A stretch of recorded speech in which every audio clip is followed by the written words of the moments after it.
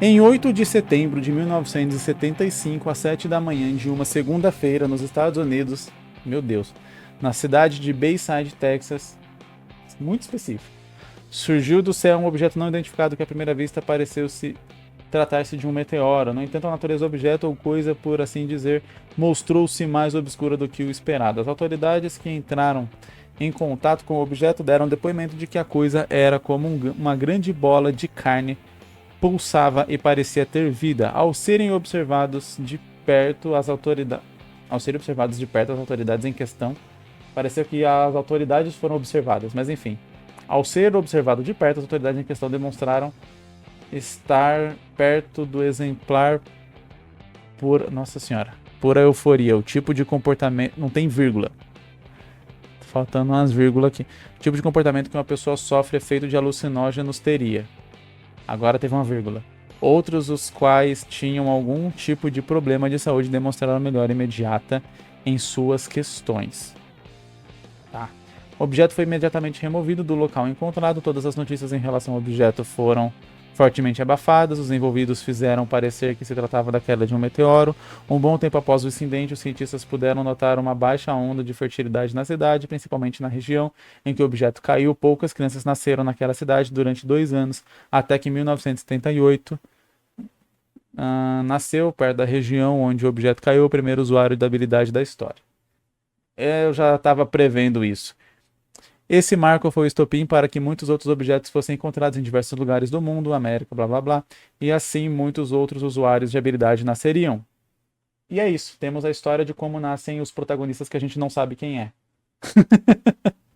Uma das coisas que eu preciso falar aqui, que sempre falo porque eu acho que assim, são duas das coisas que mais acontecem aqui na nossa leitura de sinopse. Acho que são as coisas que mais se repetem. Se você acompanha aqui semanalmente, você já está cansado de ver.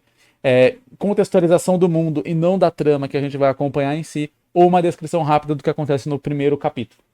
Então a gente costuma variar muito entre esses dois e alguns raros conseguem dar um escopo um pouco mais geral do que a gente vai acompanhar ao longo da história, mas geralmente a gente foca nisso. E aí quando acontece qualquer uma dessas duas situações, o que eu costumo entender ou interpretar é que a história ainda não está naquele grau de maturação onde o autor tem uma ideia mais ampla do que ele quer contar de fato. E às vezes nisso ele está só naquela etapa ainda de criação de alguma determinada parte. Então, estou começando a criar a minha história, então eu preciso de personagens com poderes. Pera aí, mas os poderes deles não podem ter vindo do nada, então eu preciso criar um contexto para esses poderes. E aí, gasta-se tanto tempo criando essa contextualização para poder personagens terem poderes, que se esquece que precisa ter uma história depois disso. E aí, isso é muito, muito comum. Muito, muito comum mesmo. A gente acabar criando todo um mundo para nossa história, uma contextualização gigantesca, cada coisa ali está intrinsecamente ligada uma a outra e tal, e cria nomes e motivos e coisas assim, e aí você tem um cenário todo estabelecido, mas esquece que para você poder começar a ler suas páginas de fato, você precisa ter uma história para ser contada dentro daquele cenário. Aquele cenário ele é o pano de fundo, onde aquela história vai acontecer, e não é o ponto principal.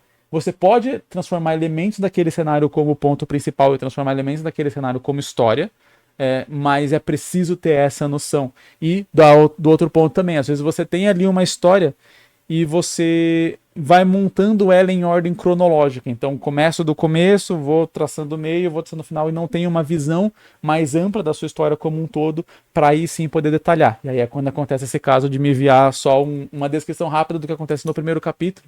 E às vezes a descrição é só realmente quase que uma contextualizaçãozinha ali, e aí você não sabe o que vai acontecer depois, que história que a gente vai acompanhar, para onde que essa história vai ir.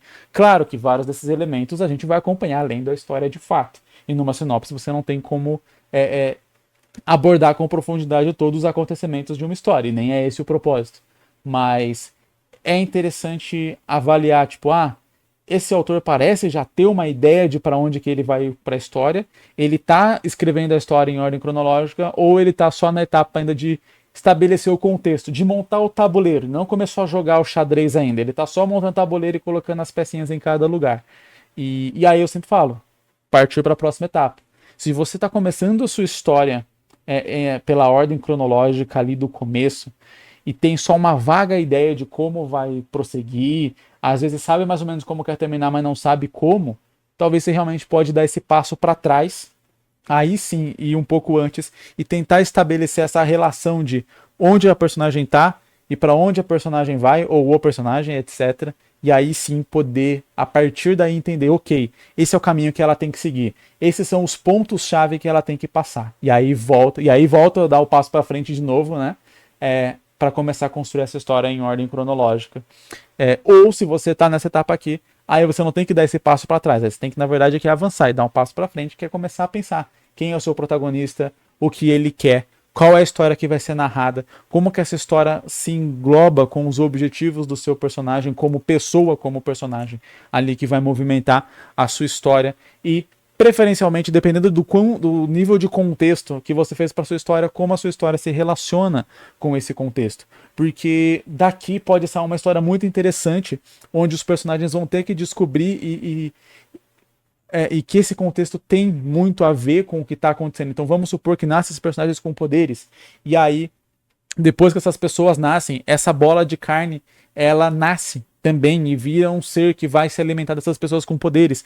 Então, descobrir mais sobre a origem dessas bolas de carne que vieram ali vai ajudar, por exemplo, a salvar muita gente, porque agora elas estão atacando e estão atrás dos seres com poderes e tal, então tá tudo correlacionado. Mas daqui também pode sair uma história de seres com poderes onde o garoto, ele quer só se matricular numa escola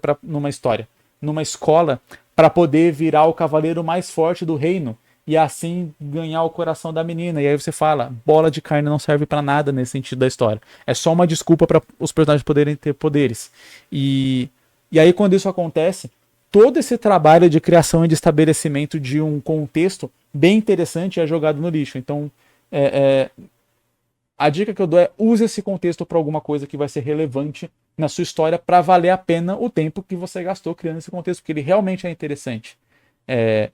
Então, se isso tudo vai gerar pessoas com poderes, como que isso vai voltar para tudo que foi estabelecido, para a gente não ficar só num para que serviu aquilo lá? E aquilo serviu só, tipo, é como se você fizesse uma cachoeira porque você quer encher um copo d'água, sabe? Então você cria todo um contexto gigante de um mundo para a sua história, para simplesmente ir para uma história que poderia ser contada com um contexto muito mais reduzido, com um contexto muito menor. Então, eu acho que esse é o melhor exemplo, é você construir uma cachoeira para poder encher um copo d'água.